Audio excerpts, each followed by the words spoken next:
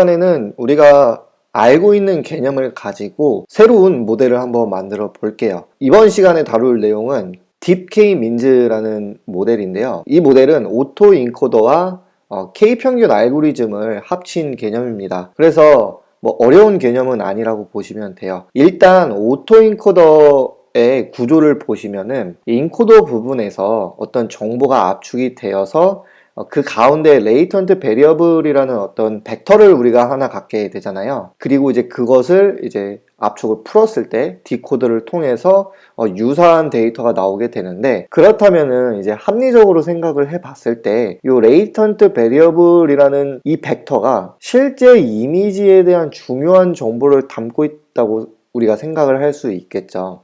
따라서 이 잠재 변수를 활용하여 어떤 이미지를 분류한다면 비지도 학습으로서 좋은 결과를 얻지 않을까라는 기대를 할 수 있는 것이죠. 그래서 이 오토인코더를 사용하면 좋은 점이 원래 있던 정보를 우리가 압축해가지고 사용하기 때문에 차원 축소가 가능하다는 게 가장 큰 장점이고요. 두 번째 장점은 비지도 학습을 사용할 수 있다는 것이죠. 즉 레이블이 없이 우리가 어떤 이미지를 예측하고 분류를 할 수 있다는 것이죠. 그 다음에는 어떻게 예측을 하냐면은 만들어진 레이턴트 베리어블을 가지고 이제 K-민즈 알고리즘에다 그냥 넣기만 하면 되는 것이죠. K-민즈 알고리즘 또한 비지도 학습이잖아요. 그래서 클러스터링을 하게 되는데 각각의 이미지를 레이턴트 베리어블을 기준으로 해서 그룹화 시키는 것이죠. 엠니스트 데이터를 사용했을 경우에는 클러스터를 10개로 만든 다음에 10개로 분류하게끔 만들어주면은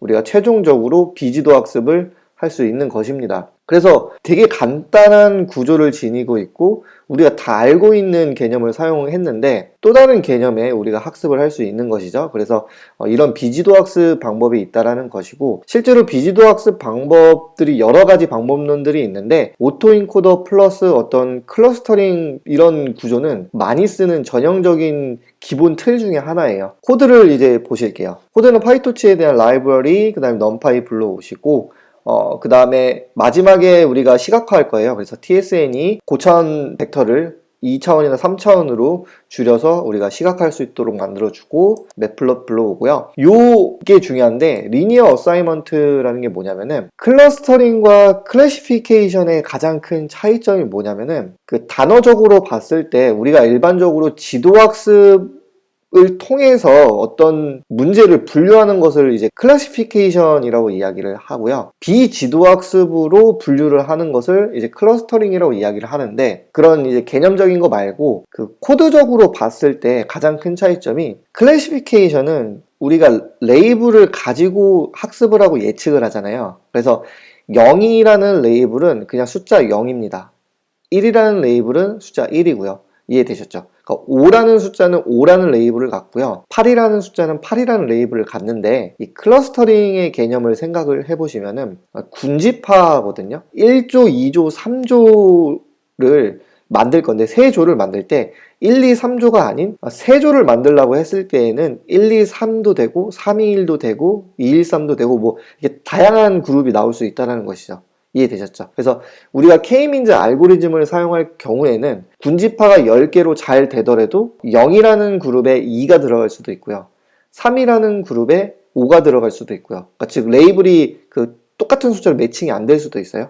하지만 만약에 그 그룹 10개가 0은 0끼리 모여있고 1은 1끼리 모여있고 2는 2끼리 모여있고 이런 식으로 각각의 숫자들이 다 모여있다면은 얘는 좋은 모델이라고 할 수 있죠. 이해되셨죠? 그런데 이제 평가를 해주기 위해서 우리가 0은 0그룹, 1은 1그룹 이렇게 정해주기 위해서 마지막에 어큐러시 구하는 부분에서는 걔를 좀 재조정을 해줘야 돼요. 그래서 재조정하는 여러 가지 방법들이 있는데 이 리니어 어사이먼트 함수를 이용을 해서 걔를 재배열해 볼게요. 요거는 내용은 좀 수학적이에요. 그래서 이 내용은 생략하고 이걸 불러와서 아까 말씀드렸던 그 이유 때문에 얘를 사용해서 재배열해서 정확도를 구한다. 이렇게 생각을 하시면 될 것 같아요. GPU, CPU 한번 체크해 주시고 GPU 연산 안 돼 있으면 런타임 가서 GPU 세팅해 주시면 되고요. 콜에 구글 드라이브 연동해 주시고요. 그리고 클러스터의 개수 10개, 배치 사이즈 128개. 레이턴트 베리어블 사이즈는 임의로 정하시면 돼요. 근데 저는 10개로 할게요. 이 클러스터링의 개수랑 같을 필요는 없어요. 근데 이거 그냥 제가 10개로 한 거고, 앱리스트 불러올게요. 그래서 트레인 로더, 테스트 로더 불러왔고요. 그 다음은 K민즈 알고리즘을 이제 클래스로 구현을 했는데요. 여기서는 좀 간단하게 제가 구현을 해봤어요. K민즈에서의 변수가 센트로이드죠. 그래서 각각의 클러스터의 중심을 어떻게 최적화하느냐가 관건이기 때문에 이 센트로이드가 파라미터가 되겠고요.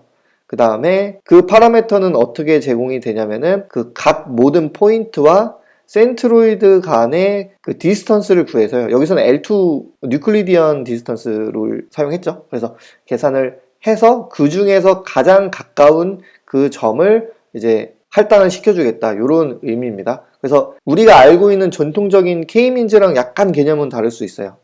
그 전통적인 방법은 그거였죠. 어떤 군집을 해놓고 이제 그 군집에 대한 그 평균을 계산한 다음에 거기다가 센트로이드를 할당을 했는데, 이거는 약간 조금 다를 수는 있는데 어쨌든 비슷한 개념이라고 보시면 돼요. 그래서 뭐 이런 차이가 있다 정도로 생각을 하시면 될 것 같고, 실제로 그 K민즈를 구현할 때에는 그 정석대로 구현하는 방법이 있고 이 방법도 있고 뭐 다른 그 매트릭스로 연산하는 방법도 있어요. 그래서 뭐 이런 구현 방법은 사용자에 따라서 좀 다를 수 있다 정도로 생각하시면 될 것 같고요. 그 다음에 어사인 해주는데, 아까 각 포인트를 센트로이드에 대해서 거리를 계산해 줬기 때문에 그 센트로이드의 개수만큼 각 포인트의 개수를 맞춰서 각각을 계산하는 게 아니고 한 번에 계산되게끔 만들었어요. 그래서 어떤 변수 하나가 들어오면, 즉 이 레이턴트 벡터 하나죠. 레이턴트 벡터 하나가 아까 클러스터가 10개니까 센트로이드가 10개가 있잖아요. 그러니까 즉 요 x라는 변수를 10개로 만든 다음에 그 클러스터의 개수만큼 만든 다음에 걔를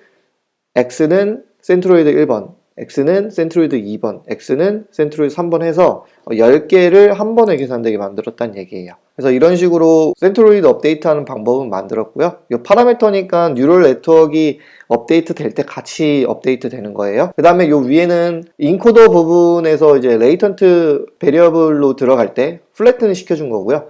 그 다음에 플래튼드 시켜준 거니까 디코더로 들어갈 때는 다시 우리가 사각형 이미지로 만들어줘야 되잖아요. 그래서 디플래튼 함수를 만들었습니다. 그래서 인코더, 디코더를 한 번에 클래스를 만들 수도 있는데 오토 인코더라고 해서요. 근데 저는 그렇게 하지 않고 이번에는 인코더 따로, 디코더 따로 만들었어요. 이거는 뭐 어떻게 하셔도 상관없어요. 저도 이거는 뭐 목적에 따라 다르긴 한데 한 번에 저도 만드는 경우도 있고 한 번에 만들지 않는 경우도 있어요. 그래서 이건 뭐 이런 식으로 만들었다 라고 생각을 하시면 되고, 전형적인 컨볼루셔널 오토인코더죠. 그래서 컨볼루션 파트 있고 다시 그 이미지를 원래 크기로 맞춰줘야 되기 때문에 콤보 트랜스포즈 2D를 이용했죠. 이 개념은 컨볼루션의 역산이라고 생각을 하시면 되는데 뭐 완벽한 역산은 아니고요. 입력 성분이 컨볼루션의 결과로 들어온다라고 가정을 했을 때 출력 성분, 즉 원래 컨볼루션의 입력 있잖아요. 그게 나오게 하는 그런 게 목적이 되는 건데, 자세한 연산은 뭐 기타 블로그나 뭐 파이토시 사이트에 잘 나와 있으니까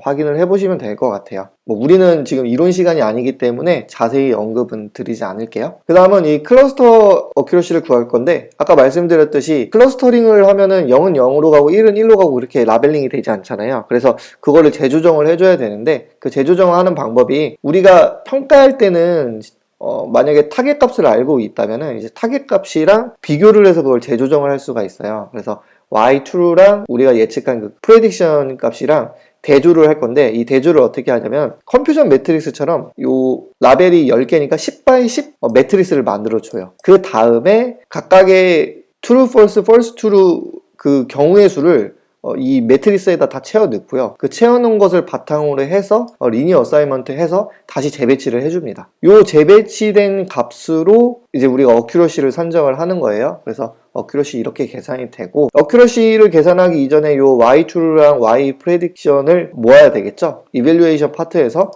배치 계산하면서 이제 더하기로 이제 쭉 모아주시면 됩니다. 이 두 함수를 이용해서 우리가 평가 매트릭을 구현을 할 수 있는 것이고요. 이제 실제 구동을 할 텐데, 아까 우리가 클래스를 3개를 만들었죠. 인코더, 디코더, K민즈 해서 3개 활성화 시켜주시고, 그 로스 펑션이 2개로 운영이 될 거예요. 첫 번째는 오토 인코더에 대한 로스고요. 두 번째는 그 클러스터의 센트로이드에 대한 로스를 적용을 해줬습니다. 그 다음에 이 모델이 여러 개인 경우에 요 옵티마이저에 넣고 싶어요. 그럴 때는 요 리스트의 합으로 이렇게 넣어주시면 됩니다. 그 다음에 이 로스 운영할 때 목적 함수를 어떻게 할 거냐면은 요 오토인코더의 로스 더하기 감마 곱하기 요 K민즈의 로스 이런 식으로 운영을 할 거예요. 여기 보시면은 오토인코더의 로스 계산하고 클러스터의 로스 계산한 다음에 이 클러스터 앞에는 알파 값을 곱할게요. 아무래도 이게 동시에 같은 크기로 옵티마이제이션이 되면은 이 오토인코더에 해당하는 이 변수들이 최적화가 잘 안 되는 경우가 있거든요. 그래서 일반적으로 이 알파는 작게 가져가요. 아니면은 뭐 이런 방법도 있어요. 오토인코더만 얘 빼고 다 해놓은 상태에서 그냥 K민즈만 또 따로 옵티마이제이션 할 수도 있어요. 이 알파는 어떻게 정하냐면은 폭마다 조금씩 증가하게끔 해가지고 알파를 좀 늘려가는 방식으로 어닐링 기법을 사용을 했습니다. 그래서 학습이 쭉 진행이 되고 여기 보시면은 라벨을 전혀 쓰지 않고 있죠. 그러니까 즉 비지도 학습을 하고 있는 것이고요. 계산을 하고 이 모델을 만들면은 학습이 끝나고요. 재구성한 이미지는 이런 식으로 잘 나오고 있죠.